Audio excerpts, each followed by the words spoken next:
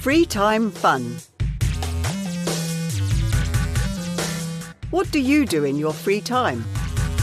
Do you play sports or video games? Do you collect stamps? Do you like ice skating? Maybe you prefer going to the cinema. Well, take a look at some leisure activities from around the world that you might find more exciting. Skateboarding. Do you want a free time activity that combines thrills, a healthy lifestyle and the latest street fashion?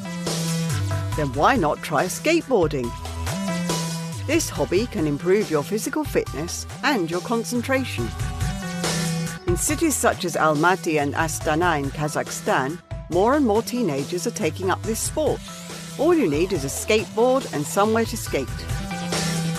Check out the new skate park at the Central Park of Culture and Recreation in Almaty. It's the perfect place for young skaters to hang out and try their tricks. Martial arts.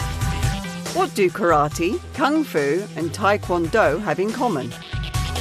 Well, they are all East Asian martial arts, and they're also popular pastimes for teens in the UK. Martial arts are great for keeping fit and improving strength and balance. They also help to improve self-esteem and teach values such as discipline and respect for others.